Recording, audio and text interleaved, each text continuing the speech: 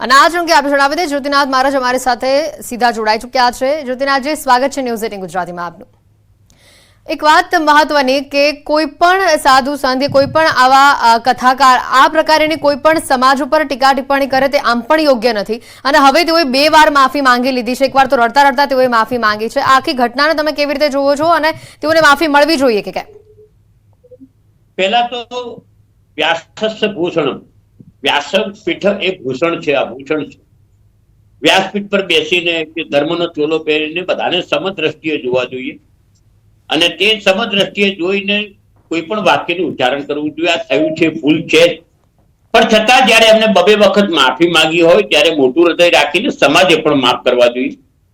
કારણ કે ઘણી વખત ઉત્સાહમાં આવી જાય અને ઘણી વખત ન બોલવું હોય તો પણ કોઈ વાક્ય સરી પડ્યું હોય। જ્યારે કુંભકર્ણ જેવા જ્ઞાનીઓને પણ તપસ્વીઓને પણ નિંદ્રાસનની માગણી કરાવી દીધી હોય ઇન્દ્રસિંહની જગ્યાએ, ક્યાંક આવું થતું હોય તો તેને ક્ષમા કરવું જોઈએ। હું માનું છું કે આ ભૂલ છે, આ ભૂલ વધારે સમાજને વિખવાદ કરાવે એવી છે, પણ છતાં માફી કરવી જોઈએ, માફ આપવું જોઈએ। સમાજની વ્યવસ્થા છે અને સમાજ આધારિત સંત જીવતો હોય છે કે સમાજ આધારિત જ જીવન હોય તો એમને હંમેશા માફી આપવી એ સમાજની જવાબદારી છે। જ્યોતિનાથજી, એક વાત અહીંયા એ પણ હવે આવી રહી છે કે જો તેઓને કદાચ માફી આપી દેવામાં આવશે તો કદાચ ફરીવાર જો ભવિષ્યમાં આવી ઘટના બની ત્યારે અન્ય કોઈ આવી રીતે માફી માંગી લેશે, પરંતુ અહીંયા જે સમાજ અને સમાજના લોકોની જે લાગણીઓ અહીંયા દુભાઈ છે તે લોકોનું શું? જો એક વાત છે કે અત્યાર સુધી ઘણા બધા મોટા સંતો, જે મોટા કથાકારો છે, જે બહુ મોટું નામ છે, વિશ્વમાં કથાઓ કરે છે, એવા લોકોએ પણ આવી ભૂલો કરેલી છે અને ત્યારે જો સમાજે માફ કર્યા હોય તો પછી આમને કેમ નહીં? એ તો બધા અલ્લાહ મૌલા બોલે છે સ્ટેજ પરથી, એવું તો કશું કર્યું નથી।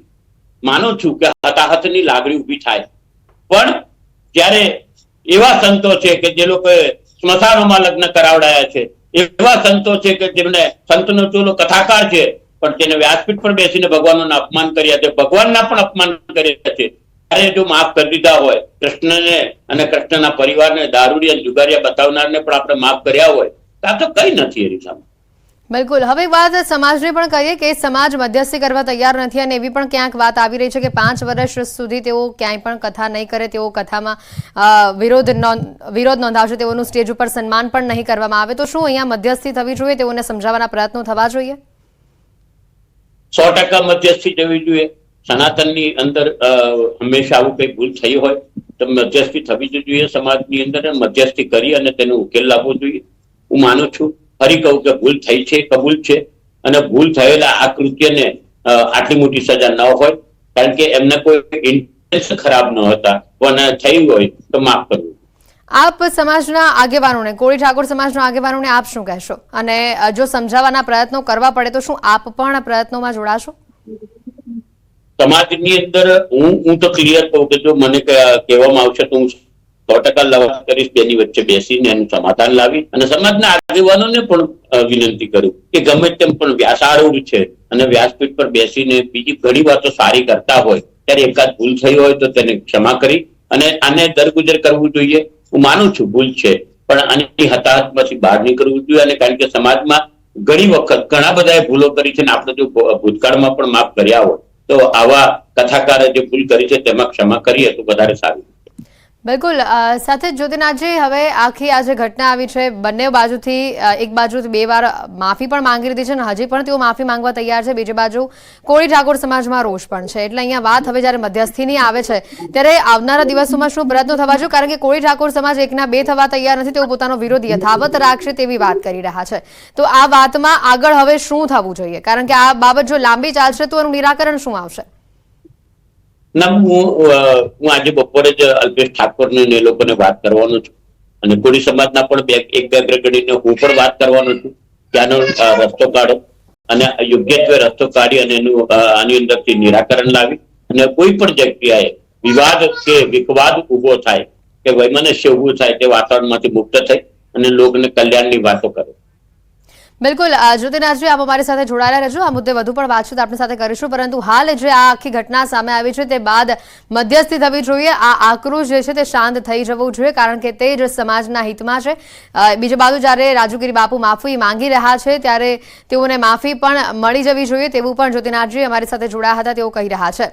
ત્યારે ખાસ કરીને જે આખી આ બાબત સામે આવી રહી છે ત્યારે લોકોમાં જે આ રોષ જોવા મળી રહ્યો છે, આ રોષને પણ ઝડપી શાંત થવાની જરૂર છે, કારણ કે ઘણીવાર એવું બનતું હોય છે કે નાની વાત મોટું સ્વરૂપ ધારણ કરતી હોય છે. ત્યારે વ્યાસપીઠ પરથી કોઈ સમાજ સામે ન બોલવું જોઈએ, કોઈ પણ ખરાબ શબ્દો ન બોલવા જોઈએ, તે પણ એક ઘણી મહત્વની વાત છે. આવા વાણી વિલાસ પાછળ ઉદ્દેશ શું હોય છે તે પણ એક ઘણી મહત્વની વાત છે, કારણ કે ઘણીવાર આવા વાણી વિલાસો સામે આવતા હોય છે, તેની ક્લિપ પણ સામે આવતી હોય છે. કોઈ સમાજ વિશે વાણી વિલાસ કેમ કરવામાં આવે? આમ તો વ્યાસપીઠ પર બેસીને સમાજને જ્ઞાન પીરસતા ગુરુઓ કોઈ સમાજના વાડા કે કોઈ બંધનમાં માનતા ન હોય, અને આવા જ્ઞાની લોકોમાં એટલી તો સમજ હોય જ છે કે કોઈ સમાજ વિશે એલફેલ ન બોલવું જોઈએ, અને તેમ છતાં વ્યાસપીઠ ઉપર બિરાજમાન હોય અને ત્યારે કથાકારોની જવાબદારી 100 ગણી વધી જતી હોય છે. ભૂલથી પણ વ્યક્તિ વિશેષ કે કોઈ સમાજ વિશે ટિપ્પણી ન થવી જોઈએ, અને આવી વિચારધારા તેઓમાં હોય કે અથવા તો હોવી જ જોઈએ, તેમ છતાં પણ કોઈ ઉદાહરણ આપવામાં આ લોકો સમાજને વચ્ચે કેમ લાવી દે છે એ પણ સમજની બહાર છે. ભૂતકાળમાં પણ આવા અનેક કિસ્સાઓ સામે આવી ચૂક્યા છે. ત્યારે કોઈ કથાકારે કે કોઈ વ્યાસ પુરાણી આવી ટિપ્પણી કરી છે ત્યારે તેઓને સમાજ સામે હાથ જોડવા પડ્યા છે, અને જે તે સમાજના માનસમાં તેઓ પ્રત્યેની છબી પણ ખરડાઈ છે. તે અલગ છે. બે હાથ જોડીને ધ્રુસકે ને ધ્રુસકે રડતા રાજુ બાપુનું ઉદાહરણ હજી તાજું જ છે. એટલે અહીંયા વાત એટલી જ મહત્વની આવે છે કે કોઈ પણ આવા પ્રકારના વાણી વિલાસ કોઈ વ્યક્તિ કોઈ સમાજ વિશે ન કરવા જોઈએ, અને તેની સાથે એક વાત એ પણ મહત્વની કે સમાજમાં આજે પણ કુપ્રથા છે, કુરિવાજો છે, ઘણી બધી જગ્યા પર જોવા મળે છે, તે દૂર થાય. આજનું જે યુવાધન છે તે સારા રસ્તા પર આવે એવી વાતો કરે, જ્યારે કથા કરવા બેસે ત્યારે એવું જ્ઞાન પીરસે. જ્યોતિનાથજી અમારી સાથે જોડાયેલા છે. જ્યોતિનાથજી, આપ આ વાત સાથે કેટલા સહમત થાવ છો? હું 100% સહમત છું કે સમાજની અંદર અત્યારે જે ખાસ જુવાનીઓ ગેરમાર્ગે દોરાયા છે, વ્યસન અને ખોટા રસ્તે જોડાયેલા છે, તે બધામાંથી મુક્ત થાય તેવી જ સલાહ આપવી જોઈએ. સમાજ સુધારણાની વાત કરવી જોઈએ, અને સમાજમાં સુધારણા કરવાની જવાબદારી પણ સંતોની છે, કારણ કે અમે સમાજ આધારિત જીવીએ છીએ. અમે બધા કઈ કમાવા જતા નથી, અમારી કોઈ ફેક્ટરીઓ નથી, અમે સમાજ આધારિત જીવીએ છીએ. તો સમાજ કલ્યાણની વાતો વિચારવી જોઈએ, અને સાથે સાથે સમભાવ દ્રષ્ટિ હોવી. આ જયારે ચૂકે છે ત્યારે આવા પરિણામો ભોગવવા પડે છે. થયું છે એ ફરી કહું કે દુઃખદ છે, પણ આમાંથી રસ્તો નીકળવો. બિલકુલ જ્યોતિનાથજી, આપ અમારી સાથે જોડાયા, આપનો ખૂબ ખૂબ આભાર. તો આખી આજે વાણી વિલાસ સામે આવ્યું છે તેને લઈને રાજુગીરી બાપુ એક બાજુ માફી માંગી રહ્યા છે, તો બીજી બાજુ કોળી અને ઠાકોર સમાજમાં હજી પણ રોષ યથાવત છે. તો કથાકાર રાજુગીરી બાપુ સામે હજી પણ રોષ યથાવત હોવાનું સામે આવ્યું છે. ટિપ્પણી, ફરિયાદ, માફી અને વિરોધ જે સતત સામે આવી રહ્યું છે. કોળી ઠાકોર સમાજ અંગે કથાકારની ટિપ્પણી જે આવી હતી, કથાકાર રાજુ બાપુની ટિપ્પણીથી કોળી ઠાકોર સમાજમાં રોષ યથાવત છે. રાજકોટમાં કોળી ઠાકોર સમાજના લોકોનો દેખાવો પણ સામે આવ્યો છે. ત્રિકોણ બાગ પર સમાજના લોકોએ દેખાવો કર્યો, સૂત્રોચ્ચાર કરી કથાકાર સામે કાર્યવાહીની માંગ કરી છે.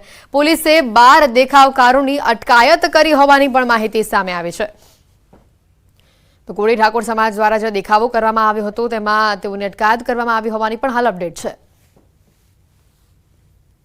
અમે આજે એને માફ નહીં કરીને કાલે નહીં માફ કરી, અને એને આજીવન એની કથા ન થાય એવી સરકારને અગર માંગણી છે અમારી. અને આજે કાર્યક્રમ છે ને રાજુના પૂતળું દહન કરવાના હતા, પણ એને મેં પાટા મારીને રાજુને મારીને ફાડ નાખ્યા. ઘંટ વગાડીને વયો જાય એવી રીતે જો કોળી સમાજનું અપમાન કરીને માફી માગી લે તો આ છેલ્લી ચેતવણી છે. હવે પછી કોઈ પણ માણસ આવી કોળી સમાજની વિશે અભદ્ર ટિપ્પણી કરશે તો એને જાહેરમાં મેથી પાક પણ આપવો પડશે. અમે કાયદો હાથમાં લેતા અચકાશું નહીં. મારા સમાજનો મને ગર્વ છે, અને હું એક કોળી સમાજની દીકરી અને સમાજ વતી કહેવા માંગુ છું કે કોઈ પણ વ્યક્તિ, કદાચ કથાકાર હોય કે કદાચ ગુજરાત સરકારનો મંત્રી હોય, જ્યારે પણ અમારા સમાજ વિશે કાંઈ બોલશે તો હવે પછી સાખી લેવામાં નહીં આવે, અને આના ઉપર પણ આને આ બેયને સજા થાય એવી અમારી માંગ છે. તો કથાકારની ટિપ્પણી સામે કોળી સમાજનો આ રોષ સામે આવ્યો છે. કોળી સમાજમાં રોષ જે જોવા મળી રહ્યો છે. આગેવાન ઋત્વિક મકવાણાનું પણ નિવેદન સામે આવ્યું છે. મકવાણાએ રાજુબાપુની ટિપ્પણીને વખોડી છે. કોઈ ચોક્કસ ષડયંત્ર હોવાનું ઋત્વિક મકવાણાનો આક્ષેપ પણ સામે આવ્યો છે.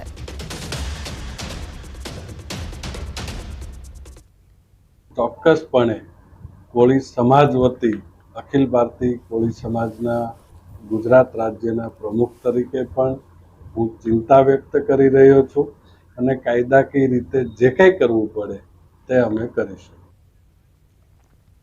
સમાચારોમાં હાલ રોકાઈશું એક બ્રેક માટે. આપ જોતા રહો ન્યૂઝ 18 ગુજરાતી.